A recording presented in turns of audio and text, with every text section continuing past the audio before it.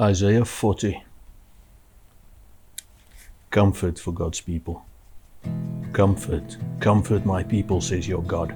Speak tenderly to Jerusalem and proclaim to her that her heart's service has been completed, that her sin has been paid for, that she has received from the Lord's hand double for all her sins. A voice of one calling, in the wilderness prepare the way for the Lord. Make straight in the desert a highway for our God. Every valley shall be raised up, every mountain and hill made low. The rough ground shall become level, the rugged places a plain. And the glory of the Lord will prevail, and all people will see it together, for the mouth of the Lord has spoken. A voice says, cry out. And I said, what shall I cry? All people are like grass, and all their faithfulness is like the flowers of the field. The grass withers and the flowers fall because the breath of the Lord blows on them. Surely the people are grass. The grass withers and the flowers fall, but the word of our God endures forever. You who bring good news to Zion, go up on a high mountain. You who bring good news to Jerusalem, lift up your voice with a shout. Lift it up, do not be afraid. Say to the towns of Judah, here is your God.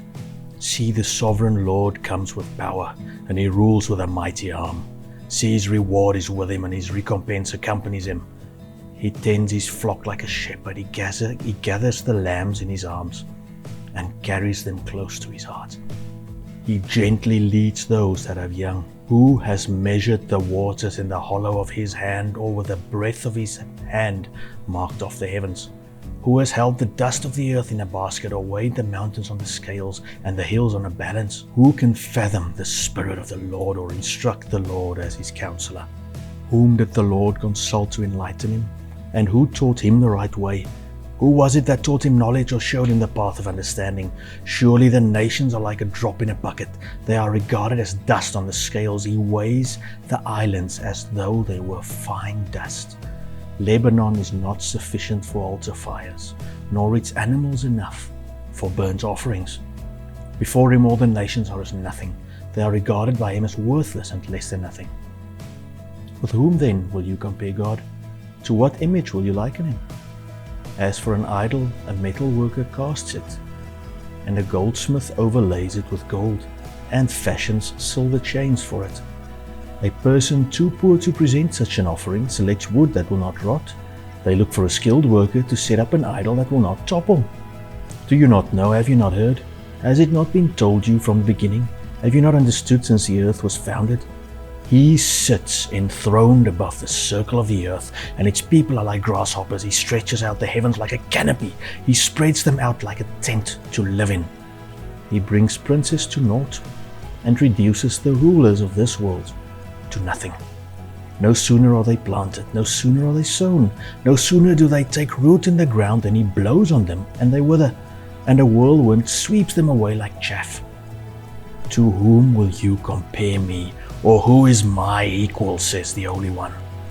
Lift up your eyes and look to the heavens. Who created these? And who brings out the starry host one by one, and calls forth each of them by name? Because of his great power and mighty strength, not one of them is missing. Why do you complain, Jacob? Why do you say, Israel? My way is hidden from the Lord. My cause is disregarded by my God. Do you not know? Have you not heard? The Lord is the everlasting God, the creator of the ends of the earth. He will not grow tired or weary, and his understanding no one can fathom. He gives strength to the weary. He increases the power of the weak. Even youths grow tired and weary, and young men stumble and fall. But those who hope in the Lord will renew their strength. They will soar on wings like eagles. They will run and not grow weary. They will walk and not be faint.